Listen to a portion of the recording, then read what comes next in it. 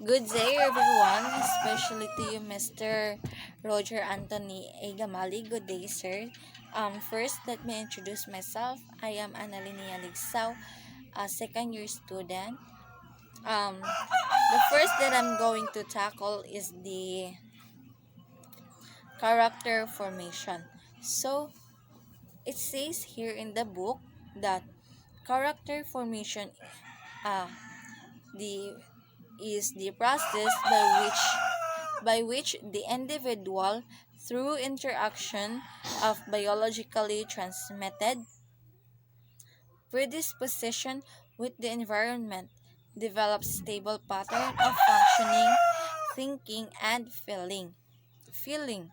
So, it is according to Donald 2006. But in my point of view, the character formation is that it is the one who helped to build the cooperation, friendship, and etc. It also helps to develop our thinking. It also helps us to develop the function of thinking and our feelings. So the character formation is also known as the character building. It is that deeply internalized patterns of values and attitude and the consequent actions that are often established in precognitive times of life through through the natural and normal educational patterns that are appropriate for your young children.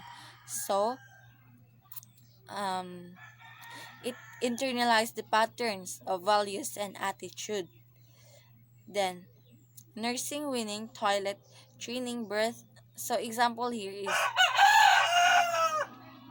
no, nursing, winning, toilet, training, birth of siblings, and the early relationship to the parents, especially to the mother, are some of the examples. Yes, example of character formation. Character traits are usually formed through the identification with parents and other important adults in child's environment. Everyone is partly responsible for one's character, according to Aristotle. So Aristotle noted that character develops over time as one acquires habits from parents and the environment, either through reward and punishment. So according to Aristotle, um that a child acquires the habit from the parents or the environment. Developing a good character is much learning to play a musical instrument. Initially, an individual may be under some pressure to practice, but eventually enjoys playing with some skill and understanding. Hartman 2013.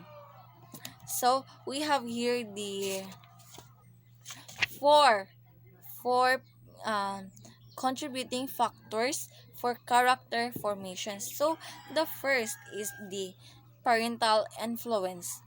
Parental influence is the most important of all the factors responsible for personality development. The way parents behave with the child, how much he is allowed to socialize, the kind of culture he is subjected to by them, and the emotional makeup of his parents. All these have a great bearing on the child's mental growth. Then, in early stage of their human existence, children adopt their parents' mannerisms. Thus, parents should be careful in their ways, for they establish a great influence to their children's characteristics. Yes, so ang bata biya gyud is diri gyud siya una makatuon sa balay sa atong panimalay. So, that is why ang parents dapat extra careful sila sa ilahang gipangbuhat or sa ilang mga gipangsulti. Kay nga naman, ang bata is that diha gid sila una makatuon um, makatuon sa mga mannerism, sa mga manners sa usa ka sa atong mga ginikanan. And then so kung unsa baya ang sulti sa ginikanan baya mo po'y sundon sa bata, awat-awaton tanila ana bitaw kung unsa ta nga pagkatao there must be a tendency that they are going to apply it to their self. And then the next is home environment. Home as cradle of human character and personality largely contribute to the character formation of a child. It is said that the parents are the first educators of the children. Yes, as what I've said earlier, that parents, ang mga bata is diri gyud makatuon una sa atuang mga ginikanan. It is the parental guidance and discipline that creates the kind of character, personality, and attitude the child has. So yes, the parents is the one who is going um to guide and create the discipline of the child. So kung unsa ang gitudlo sa ginikanan, mao pod ang tun-an sa bata, mao po iyahang masunod. So for example, ang parents is gitudloan niya ang usa ka bata kung unsaon ang sakto nga manner, kung sa ang sakto nga pamatasan. So ang kuan pod sa bata is mao pod iyahang gisunod. And then parents should make sure that the child incorporates the positive emotion in his personality and stay away from the negative ones. Yes, the parents must make sure that those people who surrounds her is the positive one, not the negative one. A child needs both his parents to develop his personality. Yes, because the parent is the one who is going to guide the child to in order for her to develop his personality. An absentee father can be a negative influence on the child. To make a child a confident, positive person, parents should avoid being too authoritative, trying to discipline excessively, criticizing the child, discouraging him, comparing him with others, and being partial. Yes, so parents must avoid the comparison, comparing their children to with the other child. And then the parents must not criticize the children because the children is weak. And then so that's the time where they are going to pity themselves and or look down themselves, and then they lost the confidence. And then next is school environment. To perfect the total development of child's character and attitude, beside the home environment, a child's school environment too plays a major role in shaping a child's personality. Yes, that is what we call that school is our second home. So this is where the students must go to school so that the teachers will help them to develop their personality. Once a child starts going to school, he learns how to interact and legal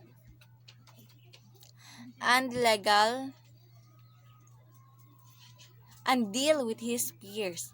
He comes to know how to engage in playing according to the rules and regulations.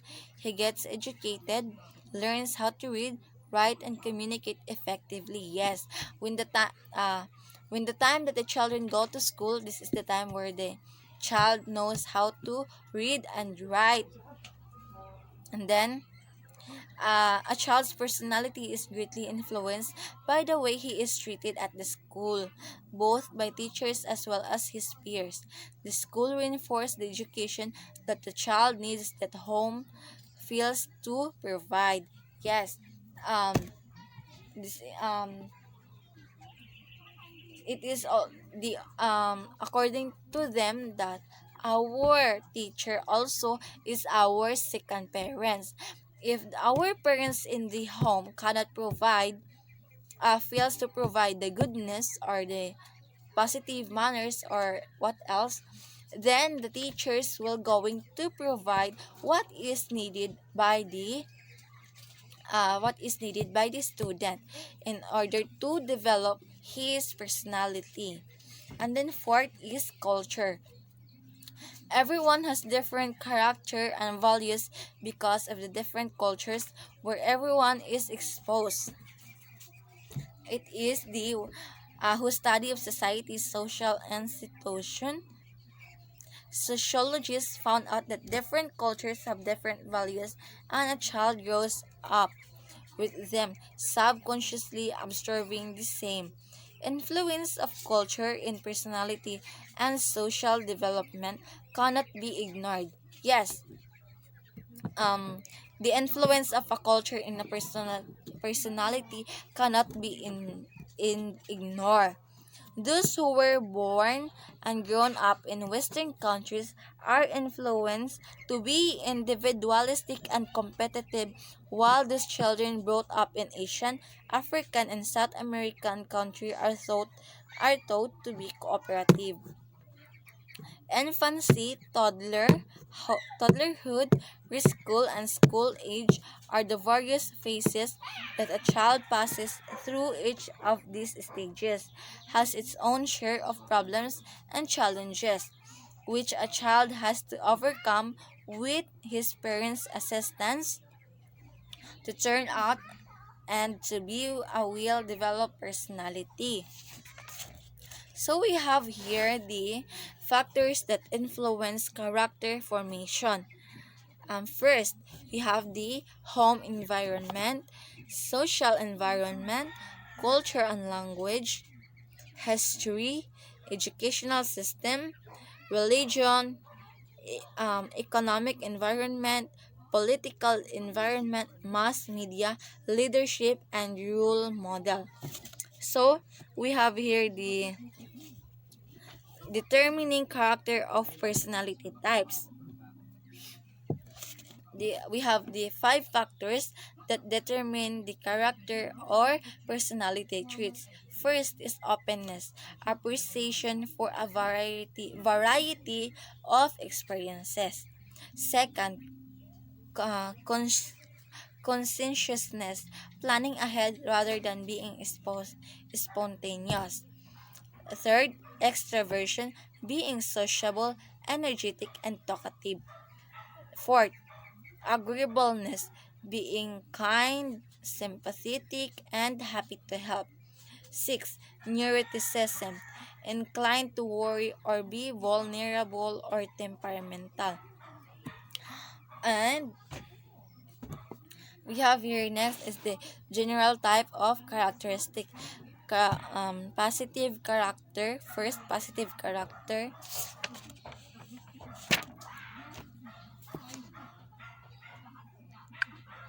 Positive character.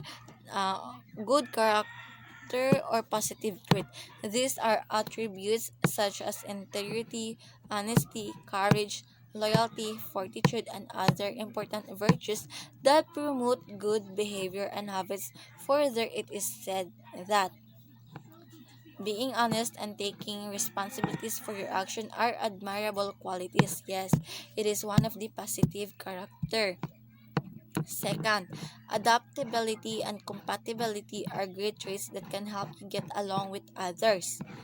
Third, drive and determination will help you keep going no matter what. Yes, this is the determination where you're going where you are determined to know to find out everything. And then fourth, compassion and understanding mean you relate well to others. um Fifth, patience is a virtue and also a good personality trait. And sixth, courage will help you do what's right in tough situation. Yes, so courage must is a must. because if we don't have the courage, then we do not have the guts to do such thing, to face such situations. And then last, loyalty is a good quality to possess, making others trust you. Then so you must be loyal. If you want to be trusted, then you must be a loyal person.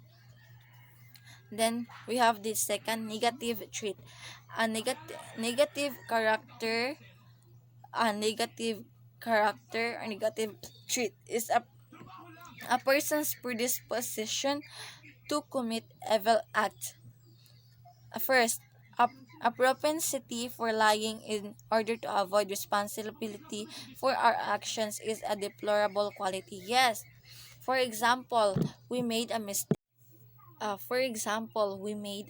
So, um, for in order for us to escape from the responsibility, we we tend to lie. We we we lie. We make such excuses that we we're not the one who make that problem. And then the not taking of responsibility of the mistake that we made. And then second, being rigid and selfish, unyielding to the needs of others are not endearing qualities. Yes, being selfish, it is also a negative one. Then being full of laziness and excuses is sure to drive others away too. Yes, when we are going to just go with the flow of being lazy, then it seems like we are ignoring anyone. And then a hot tempered and an inability to emphasize with others will also alienate us from others. So that's why we must lower our tempered and control our eagerness. And then um fifth, being quick to anger will turn people away. Yes, as what I've said, when we are not in the mood, we had the problems or we encountered the we we've gone through a fight, so we must control our temper and our anger so that um the people won't distance themselves to us, and also to avoid hurtful words. And then six,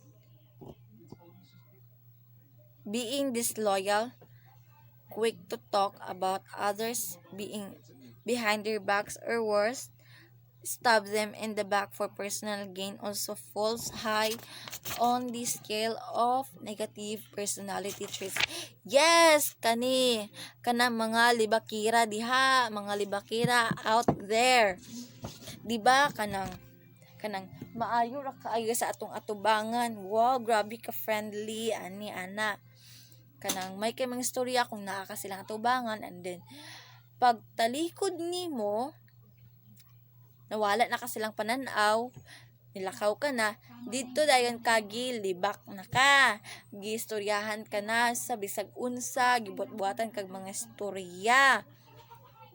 And then kung ikaw bisag unsa ka kamaayo nga pagkatao, kung naagi mga tao diha nga dili ka gusto nimo, insecure sa imuha, well, buhatan gid kanila og istorya nga madaot ka or ilaha kang dautan. And then next, neutral character, neutral trait, commonly used to describe a person who doesn't pick sides in dispute. Neutral also picks anything that refuses to be bold. A. Judges, for example, must remain totally neutral when hearing a case. Then second, mothers manners Mavin say that it's best to remain neutral when topics like politics and religion come up during party. Yes, we must our manner. Uh, so it is best for us to remain neutral nga ang topic is about the politics and religion during a party. And then um next, letter C. Boxers can look to the neutral corners in the ring to escape a punch. Yes, kanang sa mga boxing at makita nga ang mga boxers 'di ba is that neutral kanang dito sila sa mudagan sila sa corner para makaiwas sa sumbag sa ilang kontra. Mao bay gid nakasagara atong makita sa mga sinumbaga 'di ba nga mulikay gyud, mulikay aron dili masumbagan. So mao to ang types of the general types of characteristics. So tulo di ay sila. The first is positive character, which is also the good character, positive trait. Then second, negative character, which is also known as negative character and negative traits. And then third is neutral character, or neutral traits. So these are the three traits, general types of characters. Thank you.